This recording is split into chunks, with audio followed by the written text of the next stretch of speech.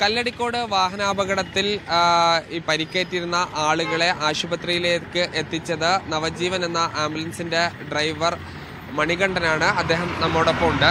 ഇന്നലെ ഈ അപകടം നടന്ന എത്ര സമയം കൊണ്ട് എത്തി നിങ്ങൾ? എൻ്റെ വീട് ഇവിടെ അടുത്ത് തന്നെയാണ്.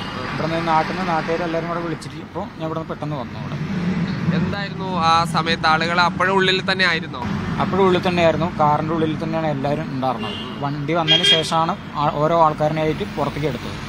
കുറച്ച് റിസ്ക് എടുത്തു തോന്നുന്നു പുറത്തെടുക്കാൻ. 3 പേരിനെ എടുക്കാൻ കുഴപ്പമുണ്ടായിരുന്നില്ല.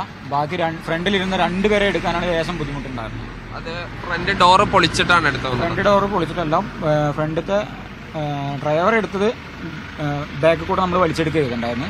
ഞാൻ തന്നെയായിരുന്നു വലിച്ചെടുത്തിട്ടുണ്ടായിരുന്നത്. പിന്നെ ഫ്രണ്ടിൽ ലെഫ്റ്റ് സൈഡിൽ ഇരുന്ന ആളെ കിട്ടാനാണ് ലേശം ബുദ്ധിമുട്ടുണ്ടായിരുന്നത്. അത്രയധികം ഇടിച്ച് ഉള്ളിൽ കയറിയിട്ടുണ്ടായിരുന്നു. ശരിക്ക് ലോറിന്റെ അകത്തേക്ക് ഇടിച്ച് കയറിയിരുന്നില്ല? ഇടിച്ച് കയറിയിട്ടുണ്ടായിരുന്നു. ഇടിച്ച് കയറിയതിന് ശേഷം ഫ്രണ്ടിലത്തെ ലെഫ്റ്റ് സൈഡിലുള്ള ആളിനെ മാത്രമാണ് കിട്ടാൻ ലേശം ബുദ്ധിമുട്ടുണ്ടായിരുന്നു. ഈ എന്തായിരുന്നു അപ്പോ അവര് അപ്പോഴേക്കും ജീവൻ നഷ്ടപ്പെട്ടിരുന്നോ? ഒരാൾക്ക് ജീവൻ ഉണ്ടായിരുന്നു. ബാക്കി 4 പേര് സ്പോട്ടിൽ തന്നെ ആൾ മരണപ്പെട്ടു. ഉടൻ തന്നെ ഈ ആളുകളൊക്കെ എത്തിയിരുന്നില്ല രാത്രി ആയതുകൊണ്ട്? ഇവിടെ 2 സൈഡിൽ കൂടെ വണ്ടികളുള്ളതും കൊണ്ട് നാട്ടുകാരും ഇത് കൂടെ പോകുന്ന വണ്ടിക്കാരും തന്നെയാണ് രക്ഷാപ്രവർത്തനം കാര്യങ്ങളൊക്കെ ചെയ്തിട്ടുണ്ടാകുന്നത്.